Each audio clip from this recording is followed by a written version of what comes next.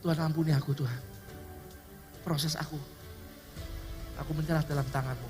Ribuan dosa itu dihilangkan, dilupakan. Yang satu ini yang Tuhan ingat. Itu Tuhan. Mungkin ada banyak kesalahan saudara. Ada yang mungkin saudara duduk ini terakhir kali saya mau gereja. Karena saya begitu jahat, kayaknya gak pantas. Stop. Saudara disayang Tuhan. Tapi mau relakan hatimu untuk diproses. Seperti bejana. Waktunya singkat saudaraku, untuk kita masuk pada gereja yang sempurna. Relakan hatimu untuk kita diproses dalam kasih Tuhan.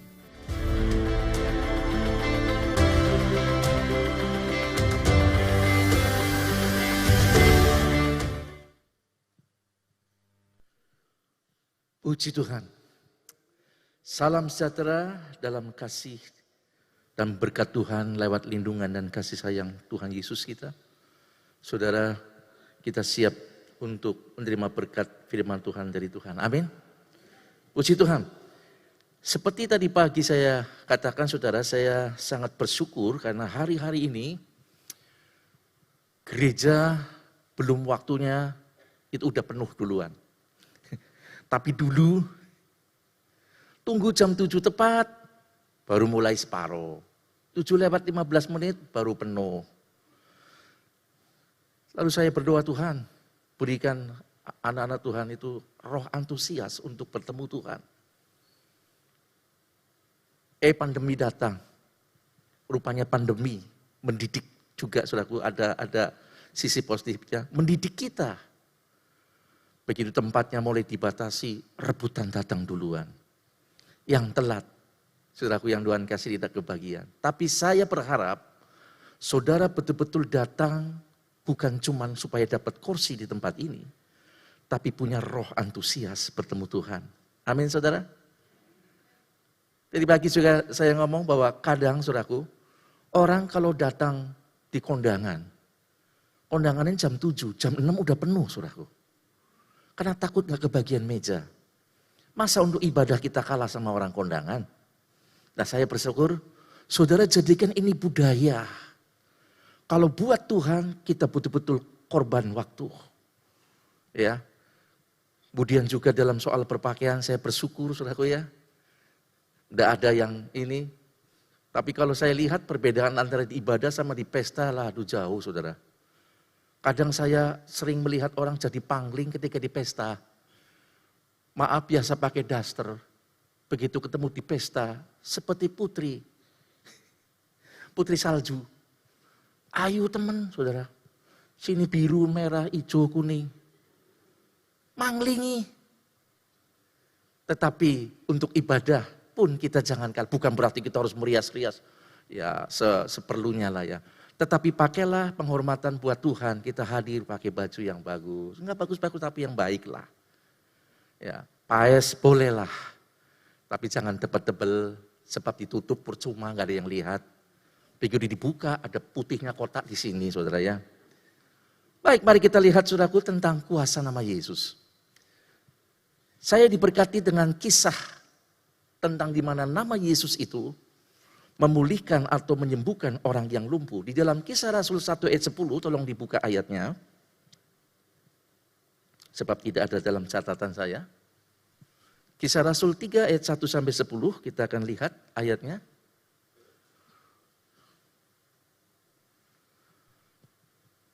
Ini dia.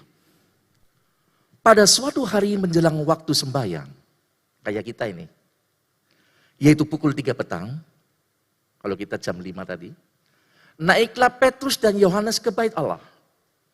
Di situ ada seorang laki-laki, tidak disebut namanya, yang lumpuh sejak lahirnya sehingga ia harus diusung. Tiap-tiap hari orang itu diletakkan dekat pintu gerbang bait Allah yang bernama Gerbang Indah untuk meminta sedekah kepada orang yang masuk ke dalam bait Allah. Ketika orang itu melihat bahwa Petrus dan Yohanes hendak masuk ke bait Allah, ia meminta sedekah. Mereka menatap dia dan Petrus berkata, lihatlah kepada kami. Ayat 5, Lalu orang itu menatap mereka dengan harapan akan mendapat sesuatu dari mereka. Tetapi Petrus berkata, emas dan perak tidak ada padaku. Tetapi apa yang kupunyai, kuberikan kepadamu. Demi nama Yesus Kristus, orang Nazaret itu, berjalanlah.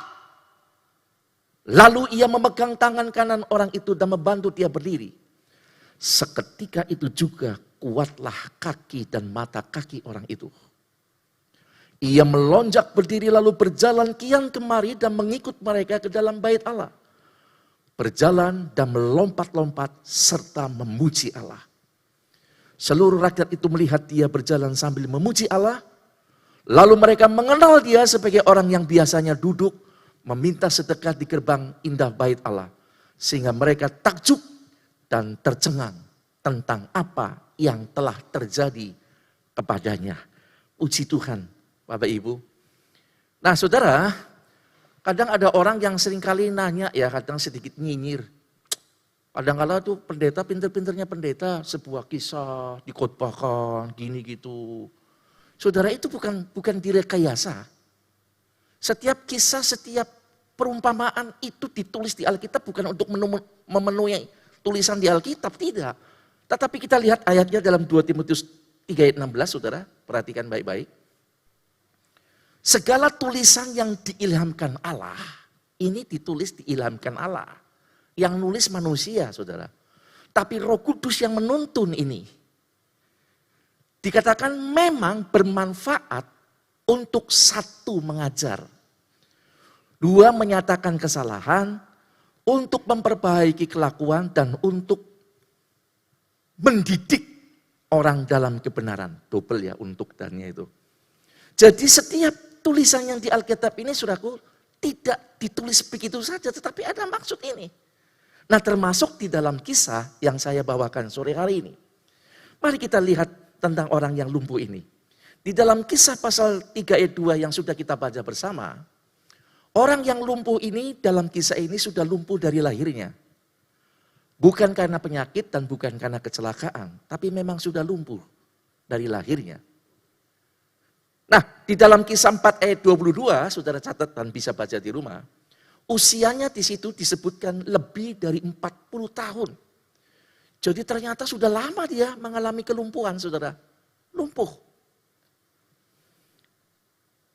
Kemudian,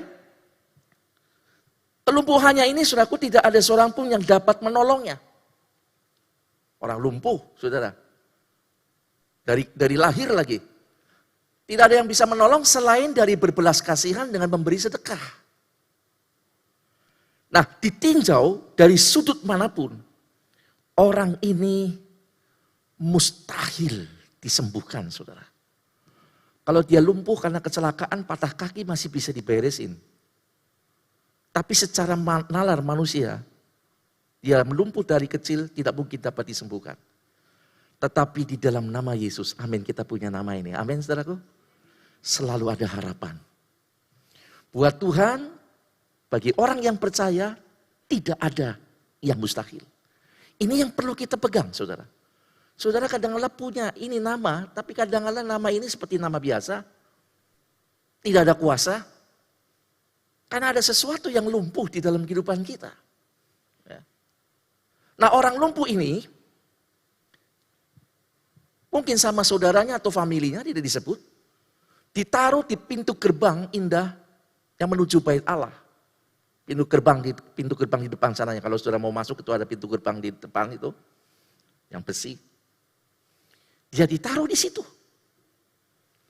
Nah, disebut pintu gerbang indah, karena pintu gerbang itu memang dibuat sebegitu indahnya.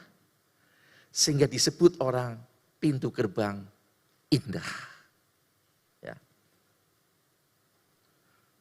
Nah, di dalam kisah ini ada dua pemandangan yang kontras, saudaraku, di pintu gerbang indah ini. Yang pertama, di dalamnya ada bait Allah, di mana umat Tuhan datang berhimpun menyembah Tuhan. Tetapi, di pintu itu juga ada orang lumpuh yang selalu memohon belas kasihan dan meminta sedekah. Saudara, memang tadi pagi Bapak Gembala juga dalam komentarnya menyatakan itu, di dalam firman Tuhan, di dalam Imamat pasal 21, kalau nggak salah, tapi kayaknya benar, Imamat 21 mulai ayat 18. Itu ada larangan orang-orang cacat untuk masuk di dalam ibadah, saudaraku. Ya, baik orang timpang, orang buta, orang lumpuh, tidak boleh masuk ke situ. Jadi dia di luar, saudaraku yang Tuhan kasih, dia cuma mendengar lagu-lagu pujian. Dia cuma mendengar hamba Tuhan khotbah. Tapi dia nggak ikut merasakan sukacita di dalamnya. Dia nggak merasakan persekutuan bersama-sama dengan saudara yang lain seperti kita ini. Dia tidak melihat siapapun kecuali orang yang datang lewat. Tapi tidak ada persekutuan. Karena dia di luar.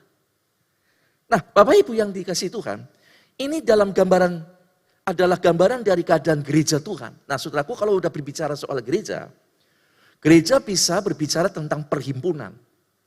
Ya. Ini kita adalah perhimpunan Tuhan, disebut juga gereja Tuhan. Tapi gereja juga disebut secara pribadi bahwa tubuh kita adalah bait Allah. Gereja Tuhan, milik Tuhan. Gambaran dari keadaan gereja Tuhan, saudaraku, jangan sampai ada kontradiksi dalam gereja. Khususnya dalam kehidupan kita. Di satu sisi, gereja adalah tempat keindahan untuk persekutuan. Ada keindahan persaudaraan. Ada keindahan hadirat Allah. Dan ada keindahan kuasa Allah. Tetapi, di sisi yang lain, juga ada pemandangan yang tidak indah. Ada perselisihan. Ada kepentingan diri sendiri. Ada keributan. Dan ada yang lainnya yang tidak membangun. Nah, hal ini semua merupakan sisi lemah yang melumpuhkan gereja Tuhan. Jika tidak segera dibereskan. Itulah sebabnya kalau berbicara gereja secara pribadi, orang boleh datang di dalam ibadah, menyanyi, memuji Tuhan, dengar firman Tuhan, tapi dia nggak merasakan sukacita Tuhan. Dia tidak merasakan hadirat Tuhan. Dia nggak merasakan kuasa nama Yesus. Kenapa? Karena rohaninya lumpuh. Dan yang membuat lumpuh itu adalah tadi hal-hal yang tidak dibereskan. Saudaraku yang Tuhan kasih, perselisihan itu akan melumpuhkan persaudaraan. Kemudian roh mementingkan diri sendiri akan melumpuhkan kasih. Apakah ada kepahitan, ada dosa yang saudara tidak pernah mau ngampuni orang lain? Itu yang membuat kita lumpuh. Mungkin saudara berpuluh-puluh tahun, 40 tahun seperti si lumpuh ini. Tapi gak pernah merasakan jamahan Tuhan. Tahu dengar nama Tuhan. Karena ada kelumpuhan rohani yang tidak dibereskan. Bapak Ibu, saudaraku yang Tuhan kasihi. Gereja kita, khususnya di kemah. Kemah, yes, keluarga Mahanaim. Apa saudaraku? Satu kasih, satu jiwa, satu tujuan. Tetapi ketika kita sudah tidak ada kasih, maka kasihnya nggak satu kasih lagi. Kalau sudah tidak ada kasih, maka dua tujuan, ya, berapa jiwa, 5 tujuan, tujuannya udah berbeda-beda. Ini yang menjadikan gereja Tuhan secara pribadi ini menjadi lumpuh di hadapan Tuhan. Nah, Bapak Ibu yang dikasihi Tuhan, Bapak Gembala terus berulang-ulang berkhotbah tentang Yesus mau datang kembali. Meterai demi meterai telah dibuka. Apa yang akan terjadi, yang harus terjadi, itu Tuhan izinkan. Karena Tuhan sedang memilih, sedang menampi untuk nanti pada waktu terjadi pemisahan gereja, kita akan menjadi golongan gereja yang dipilih oleh Tuhan. Nah, kita harus, saudaraku yang Tuhan kasih, memohon Tuhan membereskan kelumpuhan yang ada di dalam kehidupan kita. Apa yang saudara alami dalam kelumpuhan pribadi saudara, cuma saudara yang tahu. Jangan sampai keberadaan saudara berpuluh-puluh tahun sampai 40 tahun ikut Tuhan, tapi nggak pernah merasakan sukacita Tuhan. Saudara nggak pernah merasakan damai sejahtera. Jalan sih, Bisa tepuk tangan sih. Tetapi rohani kita lumpuh. Karena ada penyakit yang tidak dibereskan. Saudaraku yang Tuhan kasih, gereja tidak akan lagi menjadi gerbang indah yang membawa jiwa-jiwa kepada Yesus. Tetapi menjadi bahan cibiran orang-orang yang belum mengenal Tuhan. Kalau sampai kita tidak bereskan ini. Ya. Ini firman buat saya dan buat saudara.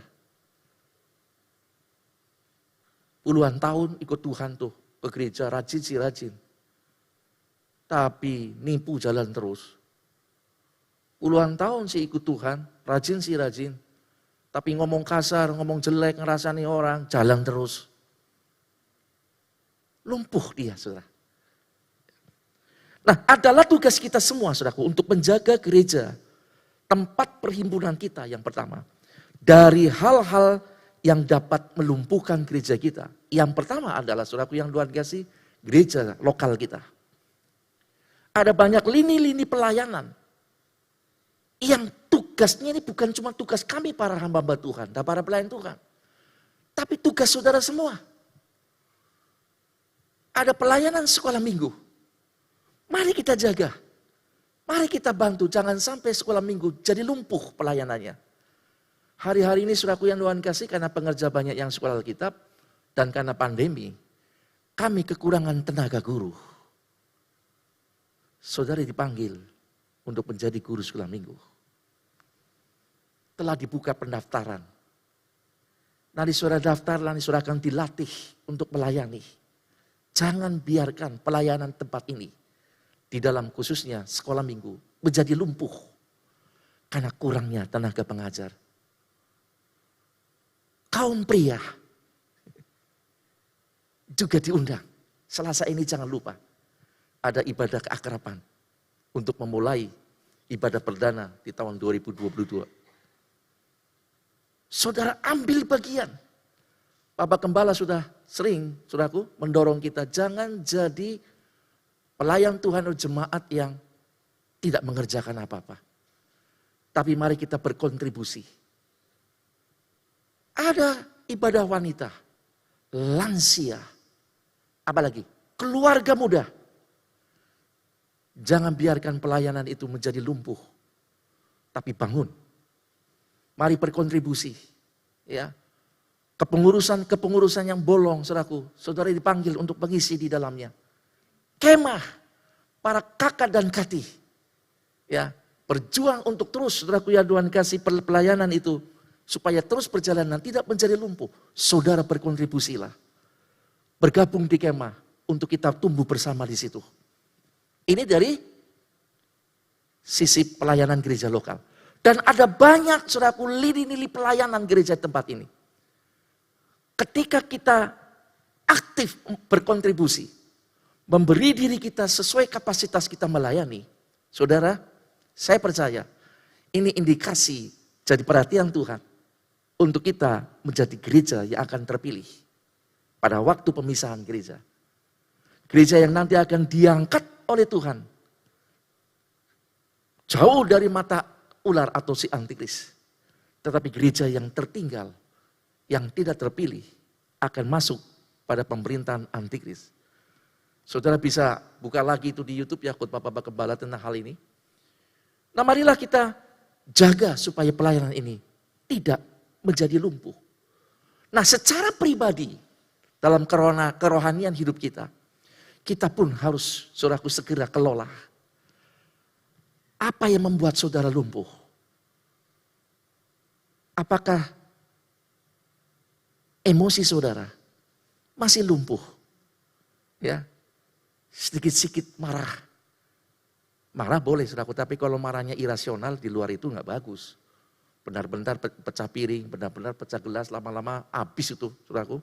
Perabotan rumah tangga. Ya, kalau ada bapak-bapak kayak gitu, saudaraku, semua perabotan ganti plastik semua aja, saudaraku, mau banting, mental, nggak pecah. Atau ada sesuatu yang lain yang membuat lumpuh dalam kehidupan kita.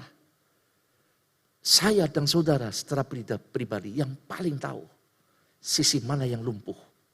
Jangan sampai ini menjadi penghalang, saudara, untuk kita tidak menerima berkat Tuhan. menjadi penghalang untuk kita menerima jamahan kuasa Tuhan. Puji Tuhan. Mari kita lanjut. Kembali kepada orang yang lumpuh ini, saudaraku. Orang yang lumpuh yang merasa tidak punya harapan. Jangan sampai kita begitu, saudaraku. Kita semua punya pengharapan. Ia tidak lagi mencari pemulihan tetapi beralih kepada hal-hal materi. Itulah sebabnya dia duduk di situ hanya minta-minta. Orang yang lumpuh rohaninya, saudaraku perhatikan, akan teralihkan perhatiannya kepada perkara jasmani. Saudara, secara umum, hidup kita itu dibagi dua. Roh, keinginan, dua keinginan. Keinginan roh dan keinginan daging. Ketika roh kita lumpuh, maka yang akan muncul itu ya kedagingan kita. Jasmani kita. Itulah sebabnya orang-orang yang rohaninya lumpuh, saudaraku. Ketika disentuh perkara jasmaninya, dia langsung menyala, saudara. Ketika disentuh hal-hal yang dagingnya, dia merasa, aduh, ini tentang kehormatan. Dia udah menyentuh sesuatu yang dari dagingnya. Dia akan tidak terima. Gampang sekali tidak terima. Gampang sekali mutung. Tersentuh sedikit aja hal-hal jasmaninya. Langsung saudaraku berkata, saya berhenti untuk melayani. Saya berhenti untuk terlibat dalam apa. Ini jangan saudaraku. Itu tandanya orang ini rohaninya mati. Tetapi kalau orang yang rohaninya itu hidup, ya, biarpun disentuh oleh dagingnya, daging bereaksi, tetapi seperti firman Tuhan yang diajarkan oleh Petrus Bapak Gembala kemarin juga udah tayangkan, iman ditambahkan kepada kebajikan, kebajikan kepada pengetahuan, pengetahuan pada penguasaan diri. Akan dikelola dulu, nggak asal telan saudaraku. Jadi tidak ada orang Kristen yang rohaninya hidup nggak gampang mutung. Saudara. Kecentok khotbah langsung dinengna pendetanya saudaraku. Kira pendeta ke khotbah mesti orang enak loh. Siapa yang khotbah minggu ini? Itu yang gendut. Oh, orang samakat. Tapi kalau yang khotbahnya enak-enak lah ini datang. Saudaraku yang Tuhan kasih, itu tandanya roh mati. Tapi roh yang hidup tidak seperti itu. Enak, pedes, gebukan, pecutan, dilus-elus, firmannya banyak model firman seperti itu. Dia terima semua. Udah gitu mari saudaraku yang Tuhan kasih. Seperti orang lumpuh ini. Tuhan punya perhatian kepadanya. Demikian juga Tuhan memiliki perhatian kepada kita. Gereja yang sangat dicintai dan dikasihi. Tuhan mau bangkitkan sesuatu dan menyembuhkan segala hal yang lumpuh di dalam kehidupan kita. Puji Tuhan. Nah saudaraku dari kisah ini ada 3 sudut pandang ya dari tokoh-tokoh kisah ini. Ada 3 golongan yang memiliki 3 sudut pandang yang berbeda. Yang pertama adalah sudut pandang dari pengemis yang lumpuh ini dulu. Ya. Ia melihat Petrus dan Yohanes menuju bait Allah. Dan ada yang diharapkannya dari mereka. Jadi Bapak Ibu, pengikut Tuhan itu ternyata menjadi perhatian orang dunia, saudaraku. Dan orang dunia mengharapkan sesuatu dari kehidupan kita. Seperti si lumpuh ini. Orang-orang yang lumpuh yang tidak kenal Tuhan sama sekali. Dia memperhatikan kehidupan kita. Dan mengharapkan sesuatu dari kita. Dan puji Tuhan, Petrus dan Yohanes memenuhi harapan si pengemis ini. Sebetulnya dia minta uang karena tidak ada yang bisa diharapkan lagi untuk sembuh. Tetapi Tuhan memberi pengharapan kepada dia. Dia dijamah oleh kuasa nama Yesus. Saudaraku yang Tuhan kasih, untuk kita bisa mengadakan sebuah perubahan, maka sebetulnya kita lebih dulu yang harus dirubah, saudara. Dunia akan melihat. Tanpa kita nginjili aja saudara. Ketika mereka melihat sebuah perubahan dan karakter. Mereka akan mengakui kita. Bahwa orang Kristen itu luar biasa. Kita ini dilihat dan sedang diharapkan oleh mereka.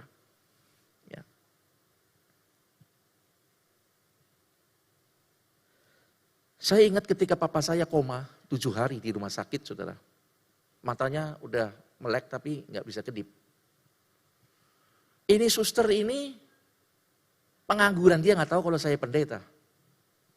Dia bilang begini, Bapak nyuwun sewu katanya. Iya, nyuwun 1 juta juga saya kasih, Bu. Kenapa, Bu? Apakah Bapak punya pegangan? Saya kaget, lo kok tanya kayak gini? Kenapa, Bu? Ini nyuwun sewu ya? Iya, 20.000 tuh boleh, bukan 1.000. Dia ketawa lagi. Biasanya ada pegangan. Pegangan apa? Ya, nyuwun sewu lagi. Mungkin keris. Ya, papa saya juga memang ada pegangan keris. Keris apa, Pak? Naga runting, naga sastra, naga bonar? Bukan. Kerisnya adalah Kristus. Dia anak Tuhan. Dia punya Yesus. Oh, Bapak pendeta ya? Baru dia sadar. Iya. Ya, dasar pendeta. Katanya begitu, sudah mulai ngeluyur. Saya datangin papa saya 7 hari, saudaraku. Saya bisiki di telinganya. Saya masih ingat waktu itu pesan Bapak Gembala, orang kalau udah koma tapi dalam rohnya itu masih bisa dengar. Saya ngomong di kupingnya, Papa sudah bertobat.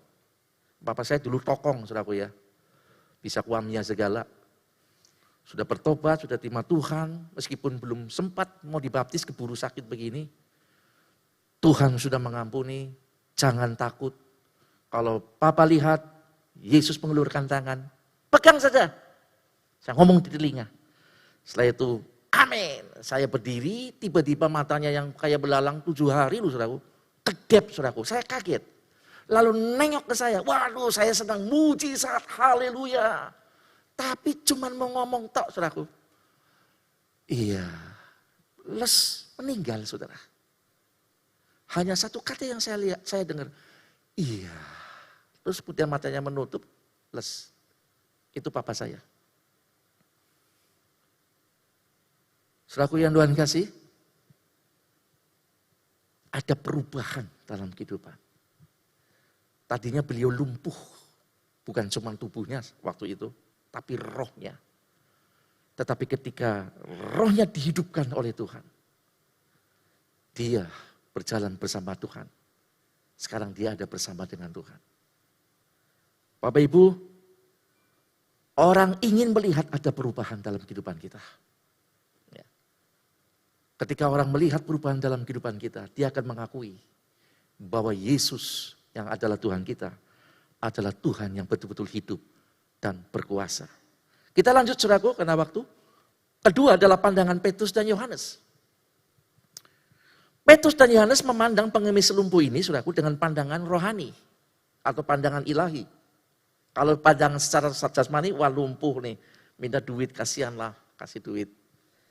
Tetapi, saudaraku yang Tuhan kasih, karena kedua orang ini adalah hamba-hamba Tuhan yang diurapi Tuhan.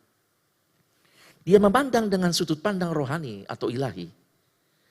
Pengemis ini minta uang sedekah, tetapi Petrus dan Yohanes melihat dalam diri pengemis itu ada kebutuhan yang lebih penting, yaitu pemulihan atau keselamatan di dalam nama Yesus. Petrus dan Yohanes berkata, emas dan perak tidak ada padaku. Si pengemis mengharapkan materi. Tetapi ketika dia mendengar emas dan perak tidak ada padaku, mungkin kecewa dia.